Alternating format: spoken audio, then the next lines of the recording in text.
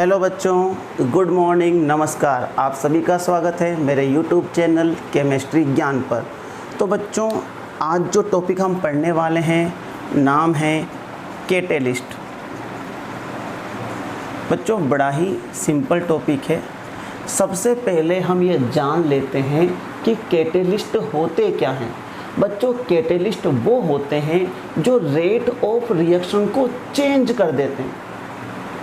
जब कोई रिएक्शन होती है, रिएक्टेंट से क्या बनता है? प्रोडक्ट। तो उसकी रेट ऑफ रिएक्शन को या तो इंक्रीज कर देते हैं या डिक्रीज कर देते हैं, उनको कहते हैं कैटेलिस्ट। लेकिन ये खुद क्या रहते हैं? अनचेंज। इनमें खुद में कोई परिवर्तन नहीं होता, न मास में, न कंपोजिशन में, और ना ही ये केमिकल रिएक्शन में पार्टिसिपेट करते हैं। तो मैं क्या लिख सकता हूँ? चेंज क्या कर देते हैं? ये change in rate of reaction but it self remains unchanged. ठीक है, ये होते हैं कैटेलिस्ट। कैसे?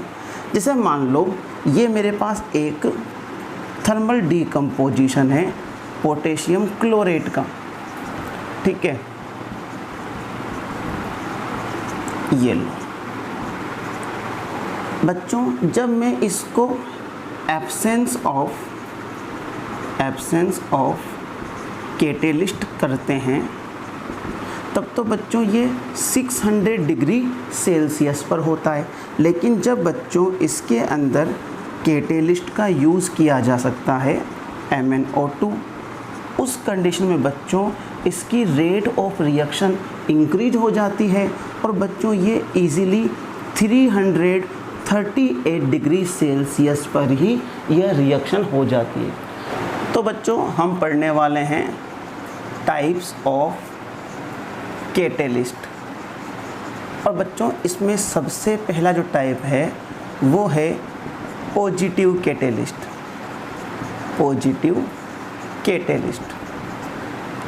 बच्चों, नाम से ही मालूम पड़ रहा है ये कैटेलिस्ट क्या करते हैं? रेट ऑफ रिएक्शन को इंक्रीज करते हैं। रेट ऑफ रिएक्शन को क्या कर देते हैं? इंक्रीज। इसलिए इनको क्या बोलते हैं? Positive catalyst. अब बच्चों, ये रेट ऑफ रिएक्शन को इंक्रीज करते कैसे हैं, इस बात को हम समझते हैं। देखो बच्चों, मैंने पहले भी कहा था कि रिएक्टेंट से प्रोडक्ट में चेंज होने के लिए एक मिनिमम एनर्जी की रिक्वायरमेंट होती है, जिसे एक्टिवेशन एनर्जी कहा जाता है।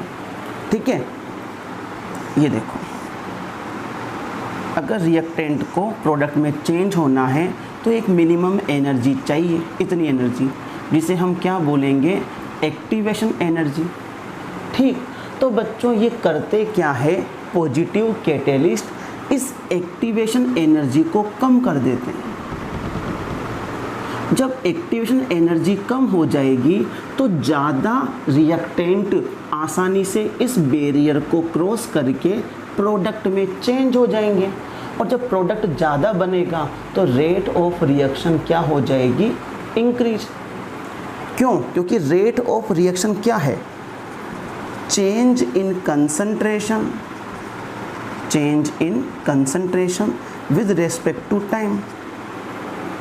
तो बच्चों, जितना ज़्यादा कंसंट्रेशन में चेंज होगा, जितना ज़्यादा रिएक्टेंट प्रोडक्ट में चेंज होंगे, रेट ऑफ रिएक्शन भी उतनी ज़्यादा होगी।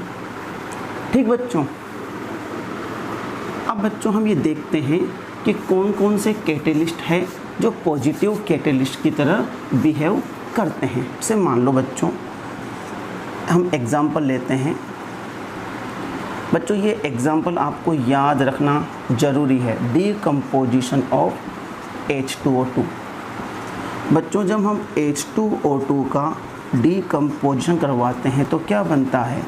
Water plus oxygen. तो बच्चों, ऐसे तो ये प्रोसेस क्या होती है? स्लो स्पीड में होती है। लेकिन जब हम इसमें एज ए कैटेलिस्ट प्लेटिनम का यूज़ करते हैं तो बच्चों ये रेट ऑफ रिएक्शन को इंक्रीज कर देता है। दूसरा एग्जाम्पल है बच्चों हेबर प्रोसेस। बच्चों नाम हमारे पहले भी आया हुआ है।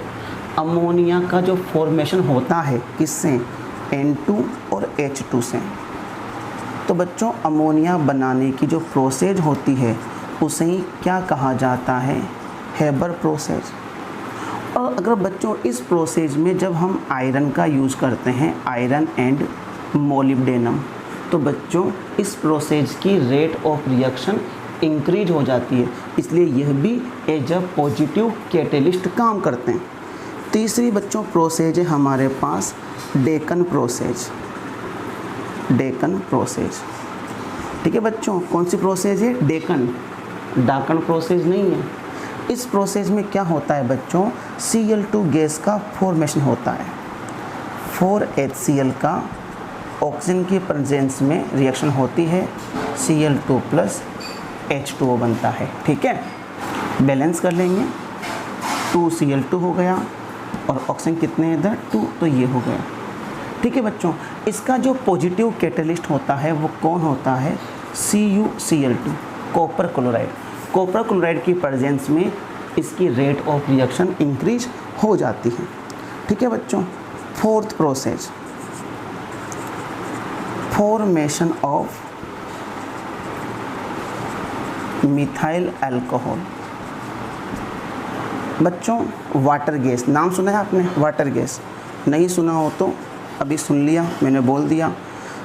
कार्बन मोनोऑक्साइड और H2 गैस के इक्वल वॉल्यूम को, इनके मिक्सर को वाटर गैस कहा जाता है।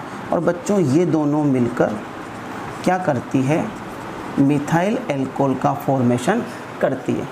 और अगर बच्चों हम यहाँ पर जिंक ऑक्साइड या Cr2O3 का यूज़ करेंगे तो इनकी रेट ऑफ रिएक्शन इंक्रीज हो जाती है। तो बच्चों ये था हमारे पास पॉजिटिव कैटेलिस्ट, ठीक है बच्चों। ये जो एग्जाम्पल्स है ये याद रखने हैं, ये तुम्हारे आगे इसी क्लास में P ब्लॉक में काम आएंगे, ठीक है। चलो अब आगे पढ़ते हैं बच्चों नेगेटिव कैटेलिस्ट। बच्चों अब हमारे पास है सेकंड नेगेटिव कैटेलिस्ट। नाम से मालूम पड़ गया, ये क्या करेंगे, रेट ऑफ रिएक्शन को डिक्रीज कर देंगे, मतलब प्रोसेस क्या हो जाएगी, स्लो। और ये ऐसा कैसे करेंगे, उन्होंने किया था एक्टिवेशन एनर्जी को कम करके रेट ऑफ रिएक्शन को इंक्रीज किया था। ये एक्टिवेशन एनर्जी को बढ़ाकर रेट ऑफ रिएक्शन को कम कर देंगे। इसके बच्चों हम कुछ एग्जांपल्स देख लेते हैं।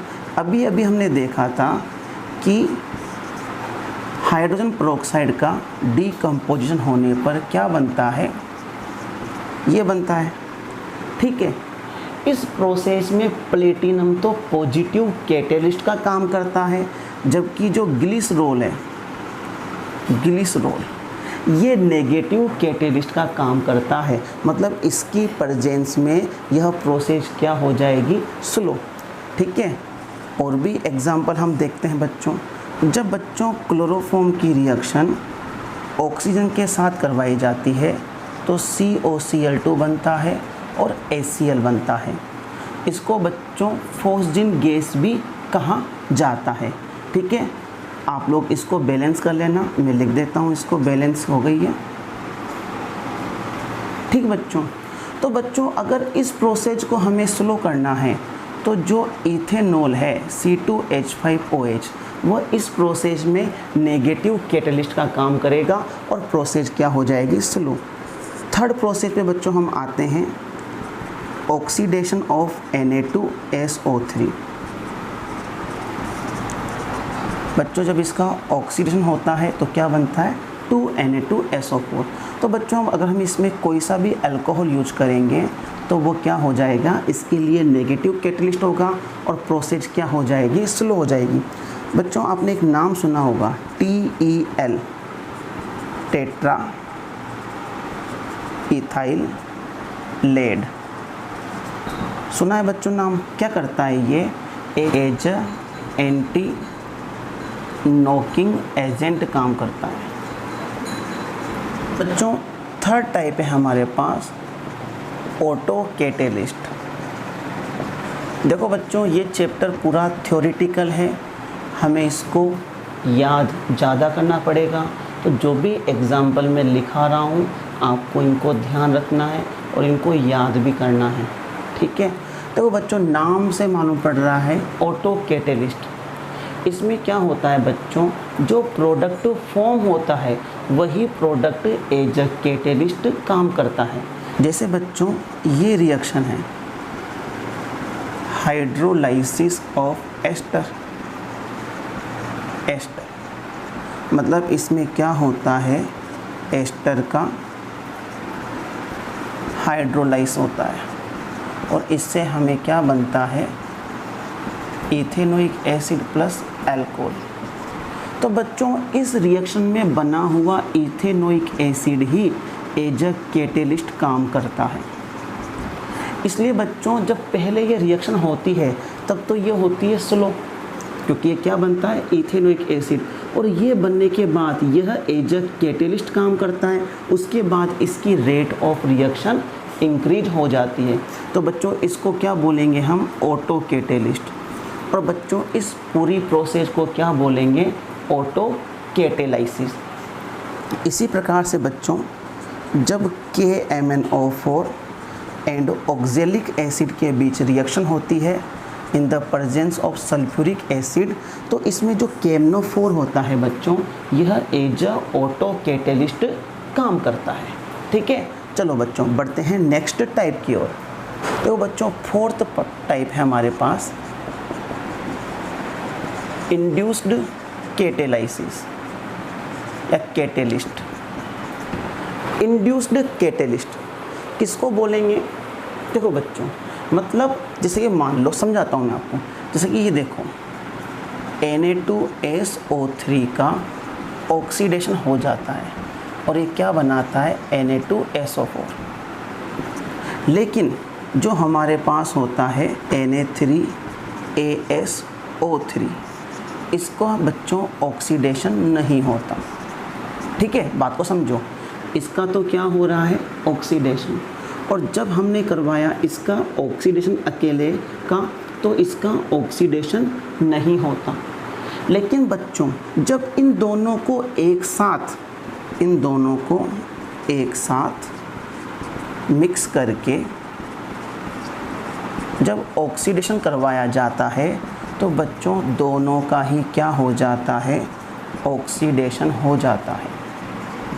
इसका मतलब बच्चों, इसने किसकी तरह काम किया, एज अ इंड्यूस्ड कैटेलिस्ट की तरह काम किया।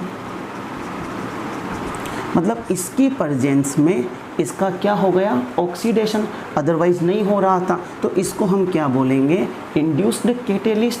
और इस प्रोसेस को क्या बोलेंगे, इंड्यूस्ड कैटेलाइसिस प्रोसेस, ठीक बच्चों। तो ये थे हमारे पास 4 टाइप के कैटेलिस्ट। बच्चों, अब हमारे पास टॉपिक है कैटेलाइसिस, ठीक है बच्चों। तो बच्चों, जो कैटेलिस्ट होते हैं वो रेट ऑफ रिएक्शन को चेंज कर देते हैं, इस प्रोसेस को कैटेलाइसिस बोलते हैं। और बच्चों, कैटेलाइसिस 2 टाइप का होता है। कितने टाइप का, 2 टाइप का। एक होता है बच्चों होमोजीनस कैटेलाइसिस। बच्चों, बड़ा सिंपल है, एग्जाम्पल से समझते हैं। जैसे मान लो मेरे पास एक रिएक्शन है, लेड चैम्बर मेथड। इसकी एक रिएक्शन है मेरे पास जिसमें SO2 गैस O2 गैस के साथ रिएक्शन करती है और SO3 सल्फर ट्राई ऑक्साइड बनाती है। बच्चों, सभी क्या है, इसमें गैस है।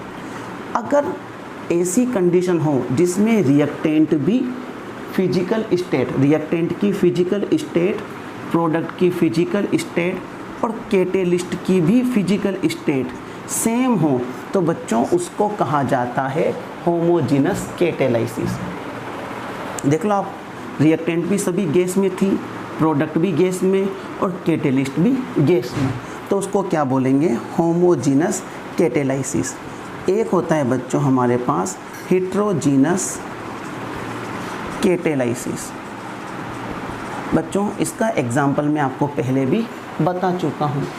क्या एग्जाम्पल लेते हैं हम इसका? Haber process. हेबर प्रोसेस क्या होती है? N2 प्लस 3H2 गैस और क्या बन जाता है? 2NH3। और इसमें कैटलिस्ट की तरह कौन काम करता है? आयरन। अब देखो बच्चों, इसमें कैटलिस्ट और रिएक्टेंट एंड प्रोडक्ट की फिजिकल स्टेट डिफरेंट है। इनकी फिजिकल स्टेट गैस है और इसकी क्या है? सॉलिड। तो बच्चों इसको क्या बोलेंगे? Heterogeneous catalysis. सिंपल हो गया बच्चों, डेफिनेशन हो गई और एक एग्जाम्पल हमको ध्यान रखना है। चलो बढ़ते हैं नेक्स्ट टॉपिक की ओर। बच्चों अब हमारे पास टॉपिक है adsorption theory of heterogeneous catalysis. बच्चों वेरी इंपॉर्टेंट टॉपिक है ये। बच्चों हेटेरोजेनस कैटालिसिस एडजॉर्प्शन थ्योरी कैसे शो करता है? देखो बच्चों, अभी हमने एग्जाम्पल लिया था, अगर कैटेलिस्ट क्या है? सॉलिड है, तो ये क्या करेगा? जो रिएक्टेंट गैसेज है उन्हें अपनी सरफेस पर एक्यूमुलेट कर लेगा, जिससे वो क्या होगी? पास पास आ जाएगी, उनके बीच बॉन्ड बन जाएगा और इससे वह बाद में प्रोडक्ट में कन्वर्ट हो जाएगी। कैसे? इस थ्योरी को हम समझ लेते हैं। जैसे मान लो मेरे पास ये एक कैटेलिस्ट है बच्चों, सॉलिड कैटेलिस्ट है, इसलिए मैं सॉलिड की लेटिस स्ट्रक्चर बना रहा हूँ यहाँ पर। ये हो गया हमारे पास सॉलिड कैटेलिस्ट। और बच्चों जब कैटेलिस्ट एज एडजॉर्बेंट काम करता है, मतलब इसके अंदर फ्री वैलेंसीज पाई जाती है। ये लो, ये इसकी फ्री वैलेंसीज है कैटेलिस्ट की। और बच्चों हमने रिएक्शन करवानी है हमें A और B के बीच में और प्रोडक्ट बन रहा है AB। तो बच्चों क्या होगा? पहले तो ये जो दोनों गैसें हैं वह इसकी सरफेस की तरफ डिफ्यूज होगी, A एंड B। और फिर बाद में क्या होगा? इनकी सरफेस पर एडजॉर्ब हो जाएगी। सरफेस पर क्या हो जाएगी? एडजॉर्ब हो जाएगी। बच्चों दोनों गैसें थी, इसलिए दोनों के जो काइनेटिक एनर्जी थी वो ज़्यादा थी। अब ये गैसें यहाँ पर सरफेस पर एडजॉर्ब हो गई। एडजॉर्ब होने के बाद में अभी दोनों पास पास आ गई ना, तो इनके बीच में अट्रैक्शन फोर्स होगा और इस वजह से इनके बीच में भी एक क्या बन जाएगा? बॉन्ड बन जाएगा। इस स्टेट को हम क्या बोल सकते हैं? एक्टिवेटेड कॉम्प्लेक्स बोला जा सकता है, या इसको इंटरमीडिएट स्टेट भी हम कह सकते हैं। ठीक है, वो स्टेट जिसमें कैटेलिस्ट के बीच में, रिएक्टेंट के बीच में, सबके बीच आपस में बॉन्ड, पार्शियल बॉन्ड बन जाते हैं, उसको हम एक्टिवेटेड कॉम्प्लेक्स कहते हैं। इसके बाद क्या होगा बच्चों? कैटेलिस्ट तो वापस फ्री हो जाएगा। वापस क्या हो जाएगा? फ्री। इसकी वैलेंसीज फ्री हो जाएगी, जिन पर वापस नए रिएक्टेंट जुड़ जाएंगे और ये दोनों प्रोडक्ट की फॉर्म में चेंज हो जाएंगे। ये क्या बन गया हमारे पास? प्रोडक्ट। तो बच्चों ये कहलाती है adsorption theory of heterogeneous catalysis. ठीक है बच्चों, ये मैंने आपको समझा दिया। नोट्स में आपको ये सब कुछ लिखा हुआ मिल जाएगा, तो आपको इसको केवल याद करना है। समझ में आ गया तो याद करने में कोई भी प्रॉब्लम नहीं होगी। बच्चों अब हमारे पास टॉपिक है सिंपल कैटेलिस्ट प्रमोटर्स। बच्चों प्रमोटर्स क्या होते हैं? जो कि increase the activeness of catalyst. बच्चों जो कैटेलिस्ट की एक्टिवनेस को इंक्रीज कर देते हैं उन्हें प्रमोटर कहते हैं। जैसे अभी आपने पढ़ा हेबर प्रोसेस। बच्चों ये प्रोसेस बार बार आती है, इसलिए हमें ये आसानी से याद हो जाती है। हेबर प्रोसेस क्या थी? N2 gas plus 3H2 gas और क्या बनता है? 2NH3। अब बच्चों ये बताओ इसमें एज अ कैटेलिस्ट का काम कौन करता है?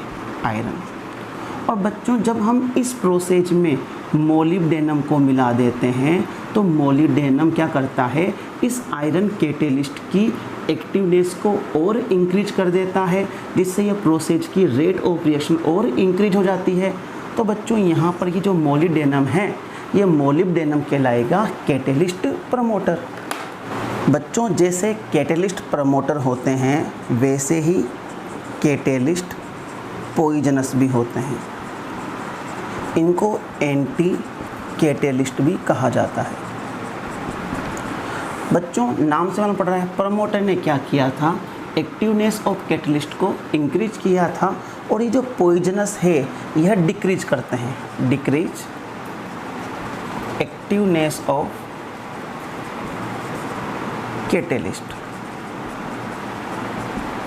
जैसे बच्चों हमने पढ़ा अभी यही प्रोसेस, हेबर प्रोसेस में कौन होता है कैटेलिस्ट बच्चों, आयरन होता है, ठीक है। अब इसमें प्रमोटर काम कौन करता है, मोलिब्डेनम। लेकिन अगर मोलिब्डेनम की जगह हम क्या मिला दें यहाँ पर, CO कार्बन मोनोऑक्साइड मिला दे, तो ये कैटेलिस्ट पॉइजनस की तरह काम करेगा और इस प्रोसेस को स्लो कर देगा, ठीक है।